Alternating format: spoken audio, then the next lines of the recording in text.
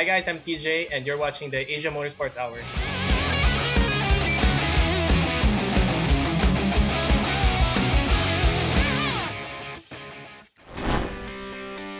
A Philippines motorsport family feature heavily in this week's Asia Motorsport Hour. There's Dad, Toti Alberto, owner of the Team Access Plus racing team from Manila, a team that features his own sons. Troy got into Asia Talent Cup. TJ got a ride in Italy with Ducati. And this is Timothy Joseph, or TJ, speaking of his own racing ambitions. I'm not happy to just be a point scorer. I really want to be, up there in front with the top guys. Plus, we have the Idemitsu Inquest, looking back and forward to the racing calendar.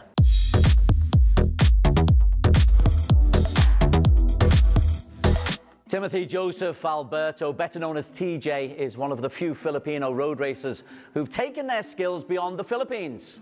The two-time intermediate Philippines national champion spent a season racing in Italy and followed that with a campaign at world level, racing at Superstock 1000, where he was regularly challenging for a top 10 slot. In 2021, with the support of Access Plus racing team, TJ is preparing for his third season with the Asia Road Racing Championship. And TJ, welcome to the Idemitsu Asia Motorsports Hour. First question, what are your realistic ambitions for the Asia Road Racing season in 2021, still riding the Ducati? Hi Des, yeah, it's great to be here. Great to see you again. So 2021 will be the third season. We had a shortened second season in 2020. So I'm going to be riding again with the same team as last year, the Access Plus Racing Ducati team sponsored by Okada Manila. With a good season in 2019, it was just the first year for not only me, but also the whole team. I'm really looking forward to continue to improve on what we've learned and hopefully get closer to the podium. How competitive can you be? Because on the Ducati, the team hasn't got a podium. I think your best position was you got a 7th or 6th or 7th. So how competitive can you make this bike? Despite the situation last year and this year with the COVID, we actually think that we're on a better foot for 2021, as we've been focusing on developing the bike. We've had some struggles in terms of the electronic side of the bike. The chassis side, we've understood it quite well, but we're lacking on the electronics in 2020. So we're focused now on upgrading the electronics of the bike so that we can get a better result for the coming season. I just want to take you a little bit back in your career. You spent a season racing in Italy and then in World Superstock. What lessons did you pick up in those 2 seasons abroad? Yeah, well, in my first season racing in the Italian Superbike Championship, that was in 2017. I was quite young. I was still, I think, 18. So I just came off the Philippine Championship, and as a young rider, it was really an eye-opener to be riding with top Italian riders, who some of them were ex-World Superbike riders, some even like Michele Piro is a MotoGP test rider. So the level was very, very, very high, and it was really my first experience racing outside of my country. So it was quite an eye-opener, and it's also quite a humbling experience, because racing just in the national championship, I know that I can win, I can get podium quite easily. But racing there, I was, really 3-4 seconds back on my first race, I remember. So it was such a great experience, and I learned so much. You mentioned the Philippines Championship is competitive, the likes of Watanabe, Razulio, yourself, of course. Why don't we see more Filipinos do like you did and go and try your hand abroad? Yeah, it's also a shame, because we have quite a lot of good Filipino riders, and unfortunately, those guys who I've raced with in the Superbike class, they're the last generation from me, so they're a little bit older than me, and unfortunately, they weren't able to get the chance to race in the Asia Road Racing Championship, for example. But it's good that now we can see other riders, such of course my brother Troy, Makinik Alpaz, also some of the guys in the Underbones, that we're starting to see a lot of new Filipino and young talent in the Asia Championship. So I'm really happy to see that. You mentioned your brother Choi, and your dad, of course, is the team owner and team manager. It's very much a family affair. How competitive is it between yourself and Troy? Oh yeah, it's really competitive. I mean, before I left for the European circuits, we would compete together in the national championship in the superbikes. So if they say that your teammate is your #1 competitor, your brother is even more so. I mean, from the minute we wake up when we go training, whether it's on the bicycle or on the motocross track, of course, it's a competition every day. So it was also good training, not only for him and also for me, but it was a good way to accelerate our training or improvement in the sport. I look forward to seeing how you both compete in the Asia Road Racing Championships. But how are you preparing both mentally and physically? And when was the last time you were able to get on a bike? Well, as you know, it's been more than a year since the last Asia Road Racing event. But luckily, we've been able to do some track days. No real racing, unfortunately, here in the Philippines right now. But we've been able to do some track days. We know that that's not a replacement for real racing, but it's still a good way to get the feet wet, start to get the gears turning again, because after a year of without racing, you can get quite rusty.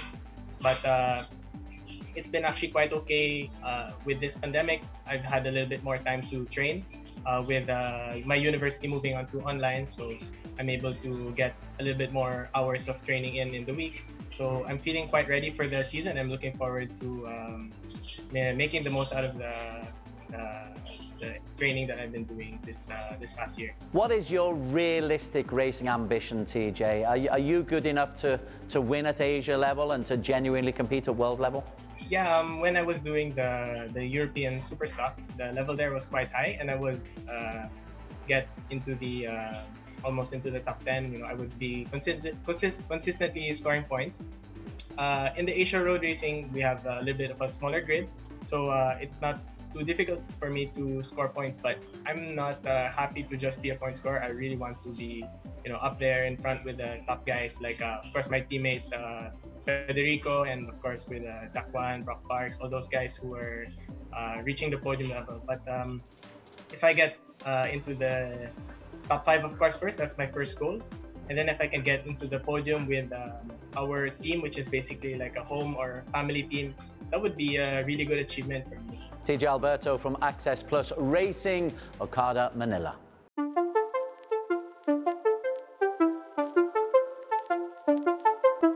When news filtered through ahead of the 2019 season that a Philippines-managed team was to compete at the Asian Road Racing Championship, there was a buzz. Welcome Access Plus Racing with sponsorship from Okada, Manila. Totti Alberto is the owner behind the team, and he had another headline in that he introduced Ducati into the pits for the Superbike season. In that 2019 campaign, TJ Alberto and Jonathan Serapica, and later Italy's Federico Sandi, accumulated a respectable 94 points. Even better, Lorenzo Zanetti picked up a 4th place finish in the one race in 2020. Ducati, this team can compete, and not just the 1000cc. At Supersport 600, Okada Manila Racing will be supporting Troy Alberto, TJ's younger brother, but racing with Honda Philippines, all of which makes a multi-headline story. And Totti Alberto joined us on the Idemetsu Asia Motorsports Hour. Totti, first let's start with the family connection. You're the owner, TJ and Troy are your racers. What caused this all-consuming racing passion to come into the Alberto family? Okay, way back during the 90s, I myself raced the Philippine rounds of Asia Road Racing that time. And of course, when I had kids, I had to stop racing, which, everyone has a family. And then they started racing motocross, okay? And then from there on, we were able to get sponsors because they were winning, and they knew how to do public relations, and they were very saleable, in other words. And yeah, Troy got into Asia Talent Cup. He was one of the the only Filipino to get into the top 10 in Asia Talent Cup. TJ got a ride in Italy with Ducati for Italian Championship. And afterwards, he even did the Stock 1000 in World Superbikes. So we were in the map. And then we got Ducati support for doing the Asia series. So we're very happy. I mean, it fell into place, thank God, and we're doing okay. We're doing okay. Ducati was coming into the Asian Road Racing Championship was headline news. Do you see more opportunities for Ducati in Asia? Well, yeah. Because when we came in, we had or immediately got premium sponsors to help us. They were very happy to be associated with the brand, Okada being one. So I think if we continue this, we will have more and more involvement with sponsors or maybe other teams to run Ducati. I mean, for a first-time team and getting into the top 5, fourth the highest, I think we're doing good enough. So hopefully for the next seasons, we will be having more and more Ducati involvement in Asia Road Race. Can I ask about the Italian connection? You said TJ raced over in Italy, but you've also had Federico Sandi and Zanetti coming over racing for you. What is that Italian link? Federico Sandi was actually TJ's teammate in the World Stock 1000, which is run together with World Superbikes. So we did all the European rounds in World Superbike, Stock 1000, and Sandy won the last race. I think it was in Jerez, I think. But anyway, what happened was we got partial Ducati sponsorship to be able to join that. And then if you know Sandy, he was rider coach to World Moto2 champion for Italtrans. So Italtrans is also our sponsor way back in Italian Superbike. So it's all interrelated. So we're very happy to be given that window or that opportunity to have sponsors in an international series. And we were able to bring them to Asia. So that's a good plus for us. So for 2021, can you release your lineup for us? Well, for 2021, the Ducati riders will be, again, Federico Sandi, and then my son, DJ Alberto, and then for Honda Philippines, we're going to have Troy Alberto. And your expectations for those lineups this season, both at Superbike and Supersport 600, Totti? Okay, for Superbikes, we'd like to have a podium because during the last race, we were in the podium for the last 0.2 of a second on the line. We ran out of fuel, so we lost third by 0.2 of a second, 0.1 of a second. So I think the podium is very close. And then for the 600s, Troy was able to do podium in the Thai Talent Cup in Buriram. So as a rider, I think he would be very capable. So we're hoping with the new 2021 Honda CBR, we will be competitive enough to get a podium for him. We get opinion and comments after the break and look ahead to the start of the All Japan Championship.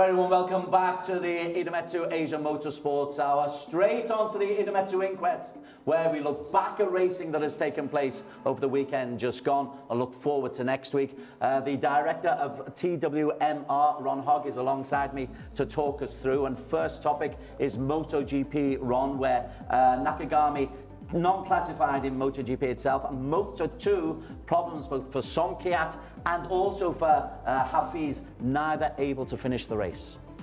Yeah, it's a long season. I think it's the first race. I think Somkiat was doing quite well, and he was in the points fighting between 10 and 15. And I think there was an incident where he was bumped off, and probably in his eagerness to get back into the points, made a mistake. I think it was like the second last lap or something of that sort. I think with Hafiz, with a new team, new chassis as well, he will need time. And from the testing season, we could see that he was every day improving with the bike. So we'll see. It's a long season, 20 more races to go. We hope for the best for them. But I'm expecting Somkiat to be sort of in the points always this year. Into Moto3, Andy Farid, another one who finished the race but down in 21st place. Are we expecting better from the Indonesian? I think with Andy, because he's just moved back from Moto2 to Moto3, and it will take some time to get back used to that speed. They feel that he's a much better rider in Moto3, and if you look at the lap times, he's not way off. You know, it's just a question of improving here and there a little bit for him to be more competitive. So I expect Andy to be in the points as well. As for the Japanese, 3 of them in the points. Suzuki on the Honda, Tuba and Yamanaka on the KTMs, all in the top 14, 2 of them in the top 10.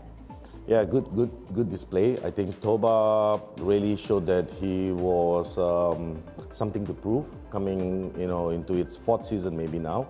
And with Suzuki, he didn't do any tests. He was COVID positive when he arrived, so he had the least practice. He started from the back of the grid, and to finish in the points, I think was an excellent race for him for round 1. And next week they'll all be racing the same circuit again, so with more data on hand, probably we'll expect to see better results, I guess, for the riders. And staying in Qatar, the Idemetsu Asia Talent Cup also had its first 2 races of the season. Japanese won 2 in both races. Tayo Furusato picking up victories in both, but 2 podium finishes for Malaysia's Hakim Danish, Ron. Yeah, I think excellent debut for him. He's a rookie, complete rookie. He's 13 years old, 14 years old.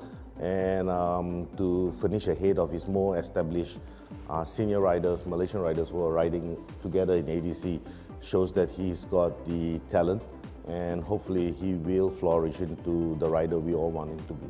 Staying with the Malaysians, Daniel and Cheryl. Cheryl, both in the top 10, in fact, both in the top 8 in both races.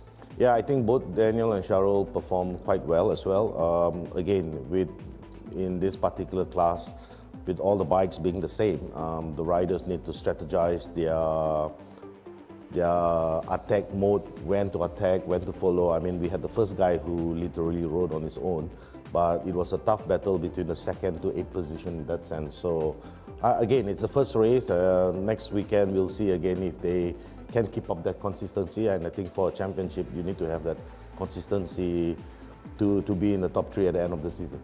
For Indonesia, Herlian Dandi, not a great performance for the Indonesian racers. 2 top 11 finishes. Should we be expecting more? I think so. I think they qualified 2nd on the grid or 3rd on the grid. They were fast, but maybe in race 1 there was a rash mistake. He was trying to follow the leader and he crashed out and took out another guy. And again, I think it comes with experience, and a lot of these guys have not really raced for over a year competitively. So you give them time, and we'll be able to see if these riders can perform. Moving further north, up in Motegi, the All Japan season is close to starting. They had a testing weekend at Motegi where there were 3 days of testing. Ron, talk us through testing and what teams and riders are hoping to get out of the 3 days. I think with testing, it's very important for teams to get data.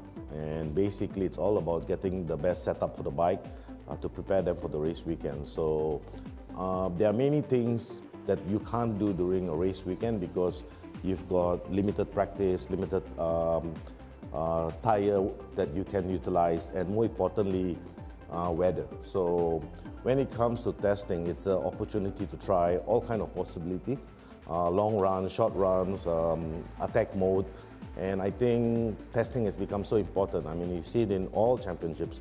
With testing, they are able to bring this data to perform the best during the race weekend.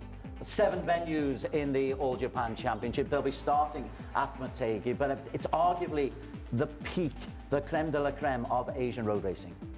Yeah, the All Japan Championship has a rich heritage. I think it's been around for more than 40 years or so. It's produced countless brilliant riders, you know, over the years. And I think it's going through sort of a transition stage at this moment because the world of motorsports has changed tremendously. It's all very world championship at this moment, and you don't really have solid national championships around. I think All Japan is one of that you can look up to, and they've tried to change the classes as well. So they started ST1000 last year, which is a class we run in the Asian Championship and we follow closely. And we are hoping that the championship can continue to produce more riders because you really need a national championship. And more importantly, you know, there's only so many riders that can go on to the next level. But you need the industry to keep booming. So the national championship is very, very important. One little tweak that they have done, though, they've changed the numbering system. We're so used to riders being able to take their numbers wherever they go. In the All Japan, they've now said you're on last season's positions. It used to be the case, you know, back in the 80s where riders in the top 10 position, and it's still in the championship regulation. Riders for the Asian Championship, the first 10 riders can choose that number or choose their own number. So I feel this is, for some particular reason in Japan, they've decided to go back to this ruling. Perhaps, I think from a very simple perspective of informing the public, you know, when they look at these are the top 10 guys from last year, just looking at the numbers. Not everybody knows this guy is 22, this guy is 25. So it's not a wrong thing, I feel. But, you know, again, anytime you make a change, there will be an uproar. Round 2 of Malaysia's Capri Championship takes place this weekend at the Sepang North Circuit. They were at the South a couple of weeks ago. Ron Hogg, once again, the Capri, so important in developing local talent. Yes, it's the main national championship that we have in Malaysia. It's very important to ensure it continues on a competitive level and to have all its support. It's been the main platform in providing all the Malaysian riders that we have moving forward. In round 1, Muzakia won his first race after 10 years of trying. That shows that there is quite a depth of talent in this championship. Well, I think with the races now organized at Sepang in a full circuit, I mean, we've seen this in underbone racing in ARRC where it's all bunched up together. They're all pretty much 1 to 15 within a second. And again, I think it's strategy. Even in the Asian Championship, even though the races are so close, finally, if you look at the winners, it's always about the same guys. You know, so I feel there is it's a mental barrier for Muzakia to have done it, and maybe he will go on stronger after this to produce more such results for the team. In the 125cc category, though, last year's champion got off to a winning start. Shafiq Grosley showed real form. He was a dominant performer in 125 last week. I think with Shafiq as well, he's now probably coming with the positive vibes of winning the championship from last year. So he was very much in control of the race. It was very close, but finally, at the right moment, he managed to make the decisive attack to have the gap to finish first. So again, he's, in my opinion, a very aggressive rider. So again, hopefully, let's see what he does for the season. Thanks to Ron Hogg. That's the analysis of what's coming ahead in the week. We will have highlights of Capri in next week's show and the start of the All Japan Championship. You are watching the Idemitsu Asia Motorsports Hour. After the break, we look back at the moment Asia Road Racing was warned that they have to take the challenge from the Philippines seriously.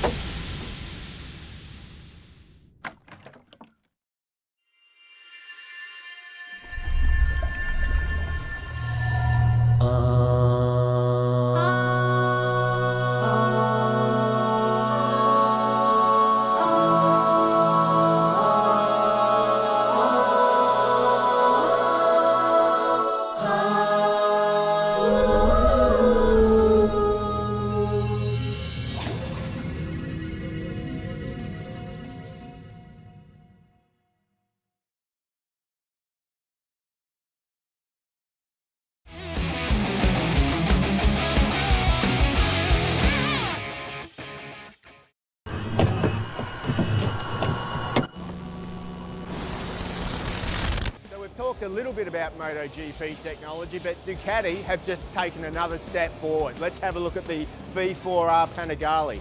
This thing really is straight off of a MotoGP race circuit.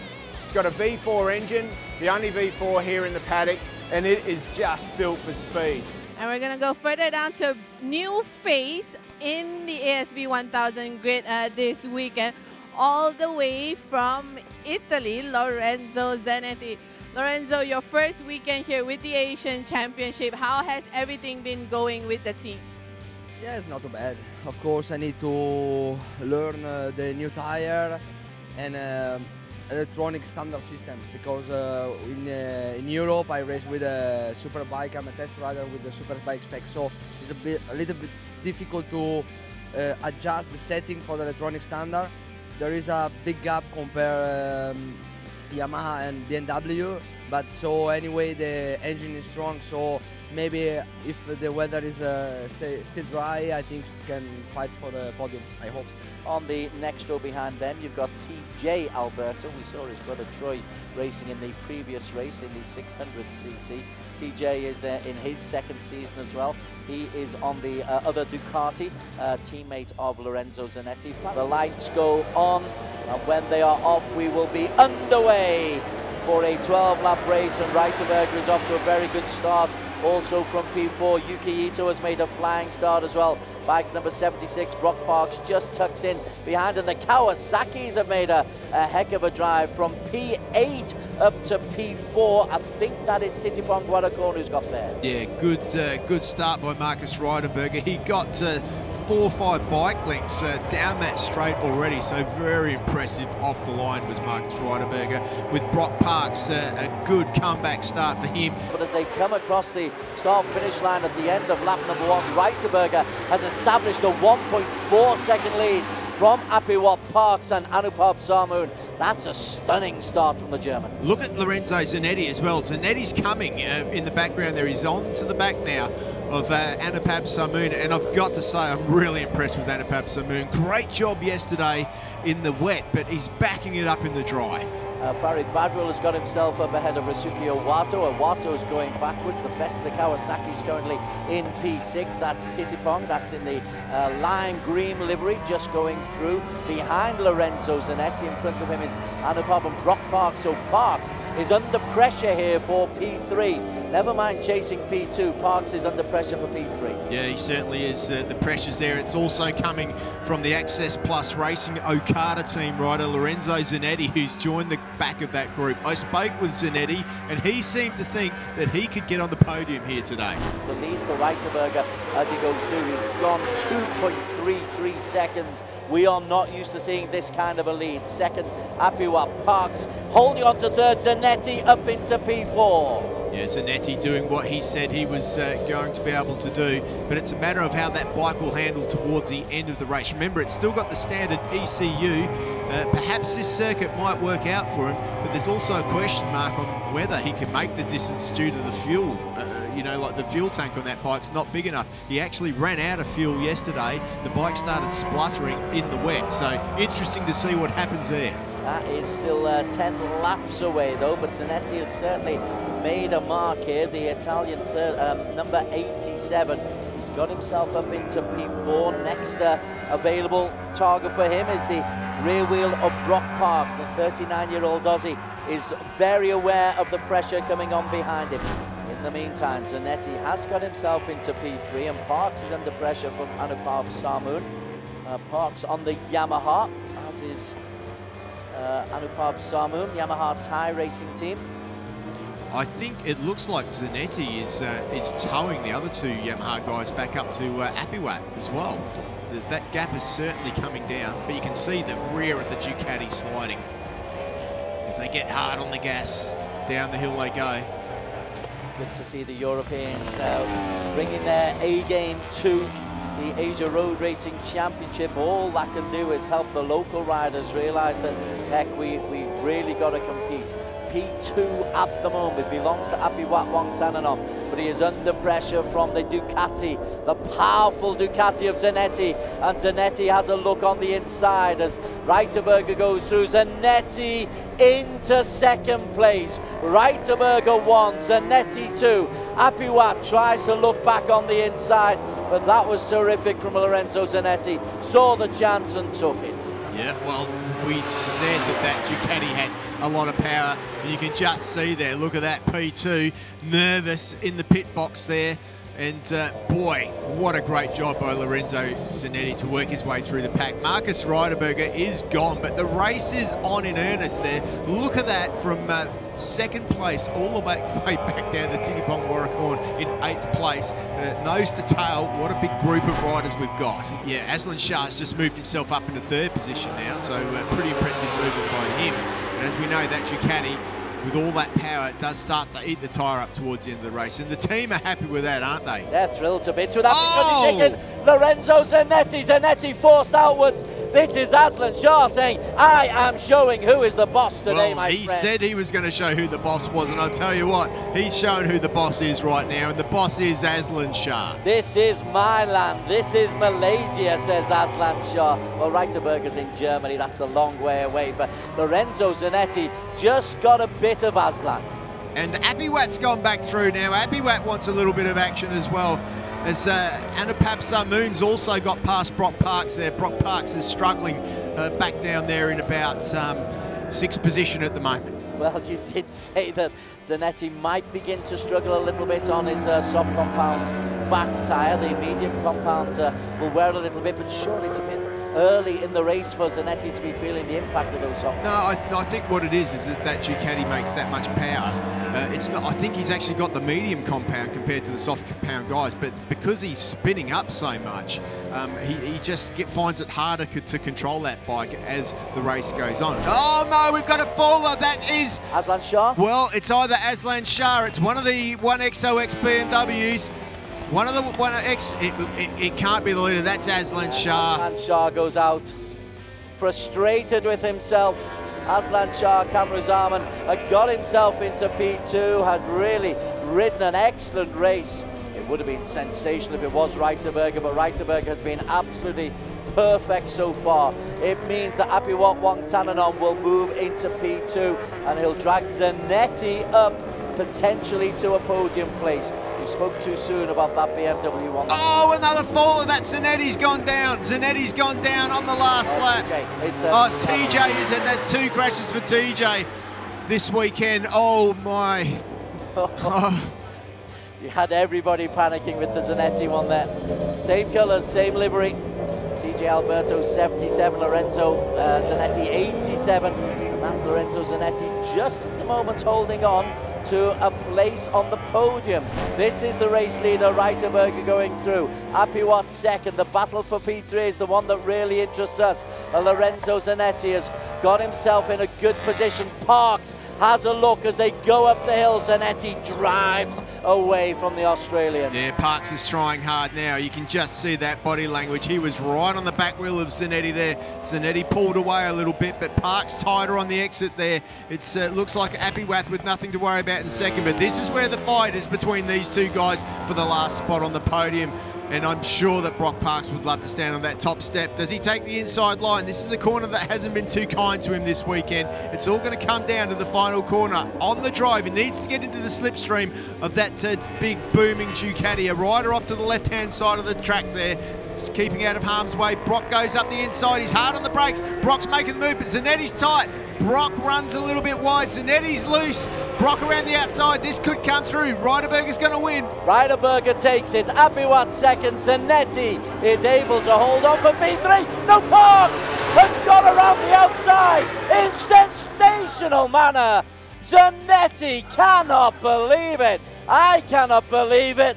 Brock Parks for P3. I reckon he ran out of fuel over the line.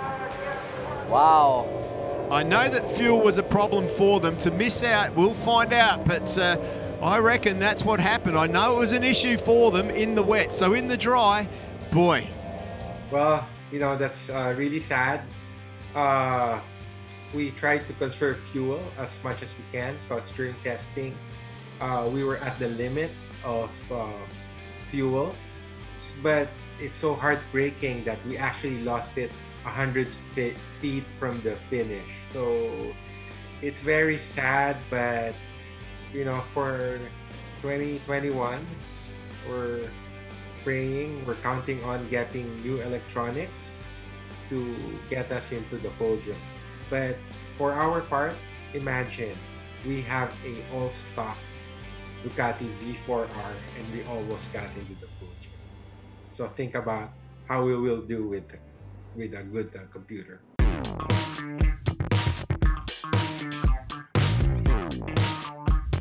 10 questions now with TJ Alberto. TJ, what is your first memory of racing? My first memory of racing is in motocross for sure. I started as a junior, 4 years old. So good times. What is your best favorite racing memory?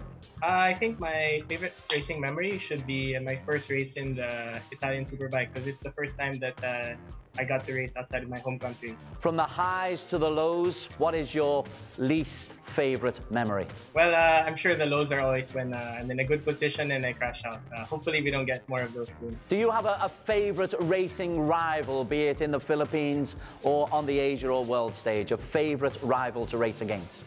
I think if I were to choose a favorite rival, it would be my brother. It's really fun to race against my brother, and we can be quite aggressive. We play quite a lot. It's always good to race against him, and there's no hard feelings after. Before a race, do you have any superstitions? Superstitions? I don't think so. At least none that I've noticed, but I'm sure there are. What's your favorite racing track? I think one of my favorite tracks right now is one that's also in the Asia calendar. It's the Bend. Great track, very twisty, a lot of up and down. Really fun, like a roller coaster. Obviously, as an athlete, you have to look after your diet, but if you were allowed a cheat day, what is your favorite food? Oh, ice cream for sure. And your perfect holiday?